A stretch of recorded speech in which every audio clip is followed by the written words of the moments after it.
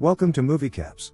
Today I will show you a crime, drama, thriller film from 2009 titled Law Abiding Citizen. Spoilers ahead. Watch out and take care. Clyde is a tinkerer. His daughter has followed in his footsteps and made a bracelet for him and is now making one for mommy.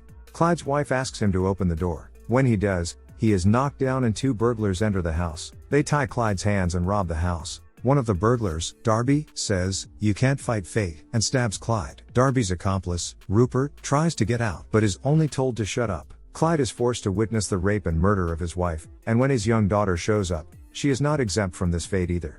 Career-minded prosecutor Nick talks to his colleague about the Clyde case. The matter got out of hand last night because a judge ruled that DNA from the crime scene was inadmissible. He decided to take a plea deal rather than go to trial with the case. He's not taking any chances, saying some justice is better than no justice at all.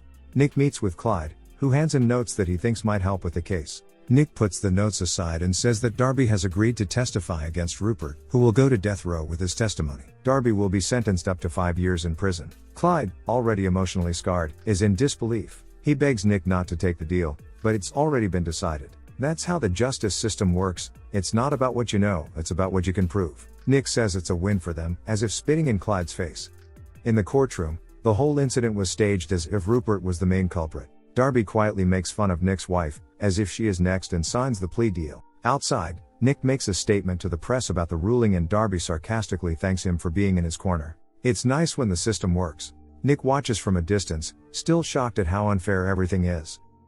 After a hard day at work, Nick comes home to his wife, Kelly, and to calm his nerves, he talks to his daughter in his wife's belly. 10 years later, Nick's daughter has grown up, but he is as busy as ever. Once again he has to skip his daughter's recital at school, and Kelly is unhappy that he is neglecting his daughter's life so much because of his work.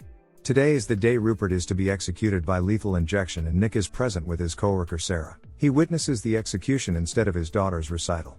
Rupert's last words are that he wasn't the one responsible for the death of Clyde's family. That doesn't sit well with Sarah and Nick. Rupert is injected with 3 drugs, administered in a specific order. Instead of dying painlessly, he begins to shake and scream in pain and dies an agonizing death. Bravo, what a great show. The warden explains that they are not responsible for the man's agony, it has never happened before. A policeman arrives and hands the prosecutors a bottle with the phrase "Can't fight fate" written on it. Nick recognizes this phrase and the police look into Darby and find his whereabouts. At Darby's, who is sniffing flour, he receives a call. The voice is muffled and tells everything there is to know about him. Darby becomes paranoid. The voice tells him to look out the window. He sees police approaching him from all sides. Darby rushes outside and fires a few shots at police cars. He gets another call from the muffled voice telling him that if he wants to stay out of prison he has to lose the gun and head toward the abandoned factory. Darby does as he is told. Fortunately, on the way there, he finds an officer asleep in his car. He gets in, grabs his gun, and forces him to drive. They stop at a deserted location. Darby drags him out and tells him to get on his knees, but before that, Darby takes a call and learns that his rescuer was none other than Clyde himself. Darby tries to shoot him, but it is a trap gun. Instead, he is injected with a paralyzing serum, but he remains conscious. In other words, Darby cannot move, but he feels everything.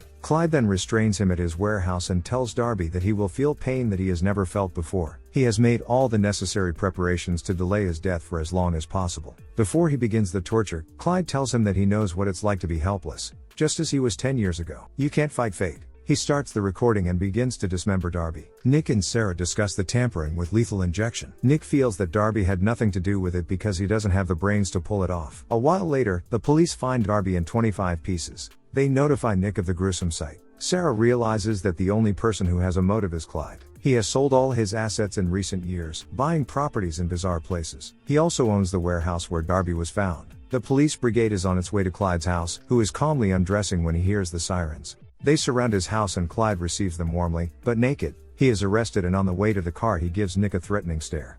In Clyde's place they find books on law and a torn out piece of newspaper on which Nick and Darby shake hands.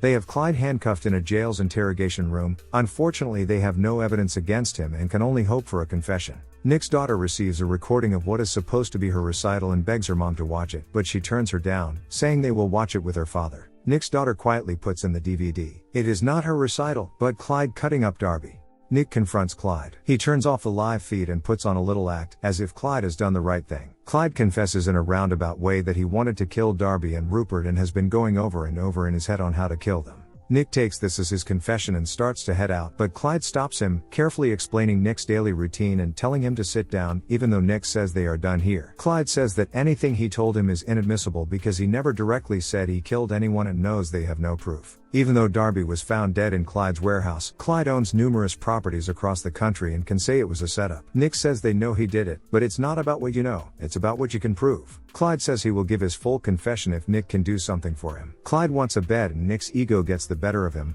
No. Nick's supervisor, Jonas, scolds him for not taking the deal. A confession for a mattress when there is no evidence is pretty good. Nick firmly believes that Clyde is playing with them. Jonas once again advises him to make the deal. Clyde gets the mattress he wanted, someone already is eyeing it out at prison. In the courtroom, Nick pleads to deny Clyde bail. In his defense, he claims to be a law-abiding citizen and Nick does not have a shred of evidence to keep him detained without bail. The judge is inclined to agree with Clyde. Nick says that Clyde agreed to give his full confession, but he did not. At that moment, Clyde starts to applaud, saying that she would just let a murderer go after giving her some sweet lines. Is this true? Everyone is shocked, as he berates the judge a few more times for being misguided before being escorted out. Bail denied. Later, in the interrogation room, Clyde describes the tape he sent him as good triumphs over evil, and as promised, he admits that it was him on the tape. He goes on to say that he has one more confession to make, but he needs something in return. Nick is tired of hearing his BS. Clyde mentions that he wants a 20-ounce steak, medium rare, and an iPod in prison for lunch. Before Nick leaves, Clyde offers him the life of Bill Reynolds as his confession. Bill was Darby's lawyer. Nick returns and Sarah says that Bill has been missing for 3 days. Clyde speaks into the camera, addressing Nick and saying that if he wants Bill alive, he must meet his demands tomorrow at exactly 1 p.m. The next day they get the steak delivered to prison, but 5 minutes before 1 p.m. the warden decides to double-check the prosecutors. When they arrive at Clyde's with the meal, they are 8 minutes late. He still keeps his cool and tells them the whereabouts of Bill. He also tells them that the 1 p.m. appointment was not for him, but for Bill, so they better hurry. Nick rushes to a helicopter and they fly to the scene while Clyde listens to his iPod and enjoys the steak with his cellmate, who had just threatened him. They quickly become good friends, but it is all an act by Clyde, who was after the T-bone from the steak. He turns up the music and gives the controller to the cellmate to distract him while he stabs him in the neck. The guards come to Clyde's cell and the warden is furious. Nick has found Bill buried with an oxygen mask. He's dead. It took them 15 minutes to get there from the prison. So if Clyde had gotten his lunch in time, Bill would still be alive. Nick receives a message from Sarah telling him that Clyde murdered his cellmate and the warden is moving him to solitary. Nick visits Clyde in his solitary confinement, asking what is the point of killing all these people. Clyde wants to hold all people accountable for their actions. Nick gives Clyde his daughter's bracelet and asks if his family would be proud of him taking vengeance in their name, but his wife and daughter can't feel anything, they are dead. Nick and Jonas meet a government official who has more information about Clyde. He says that Clyde is a born tactician who kills people without being in the same room with them. If Clyde is in prison, that means he wanted to be there. The cellmate he killed was not random. This is a pawn that was removed from the board and he suggests they look for the next piece. The official tells Nick that the only way to stop Clyde is to go into his cell and put a bullet in his head, because otherwise he cannot stop him, since he's targeting everyone who was involved in his family's case. As he leaves he says, "If Clyde wants you dead, you're dead." With this information, Nick and Jonas come to the judge and ask to violate Clyde's civil rights and restrict visitation to ensure everyone's safety. She agrees and signs a document. Her cell phone rings and when she answers it, it blows up. They are shocked.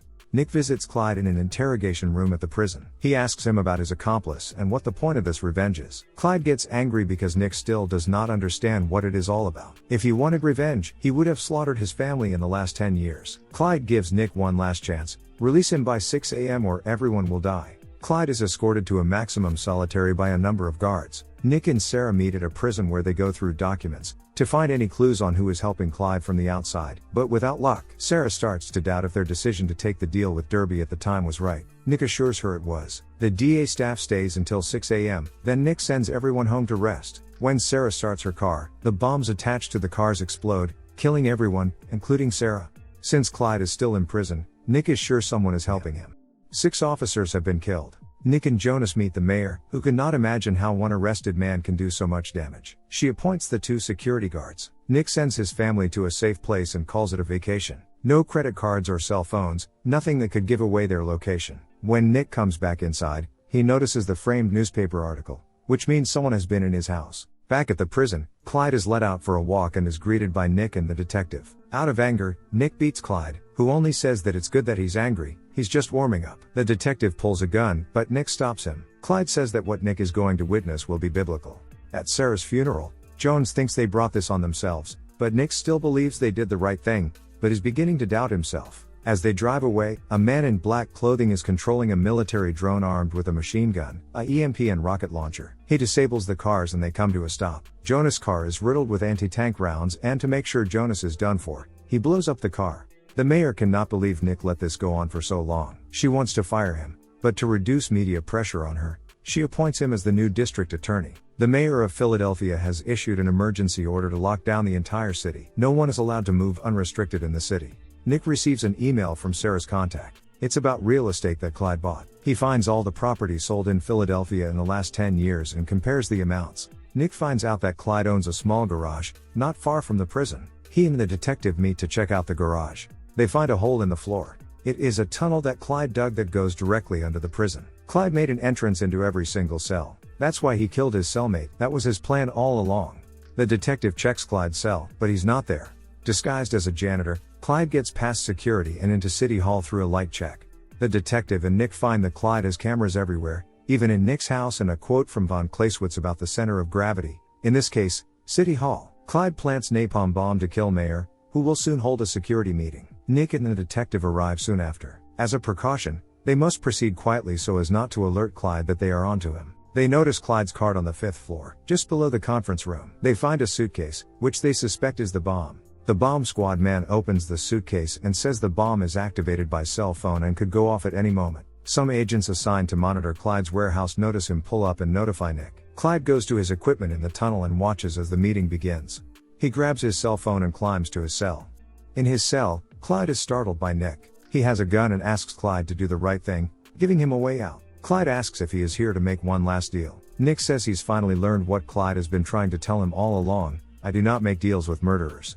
Nick tells him not to do it, that it's a decision he'll have to live with for the rest of his life. Clyde says he's sorry and calls the number. Nick leaves and says that by the rest of his life he meant about 25 seconds as the detective locks his tunnel door. Nick has placed the suitcase with the bomb under Clyde's bed.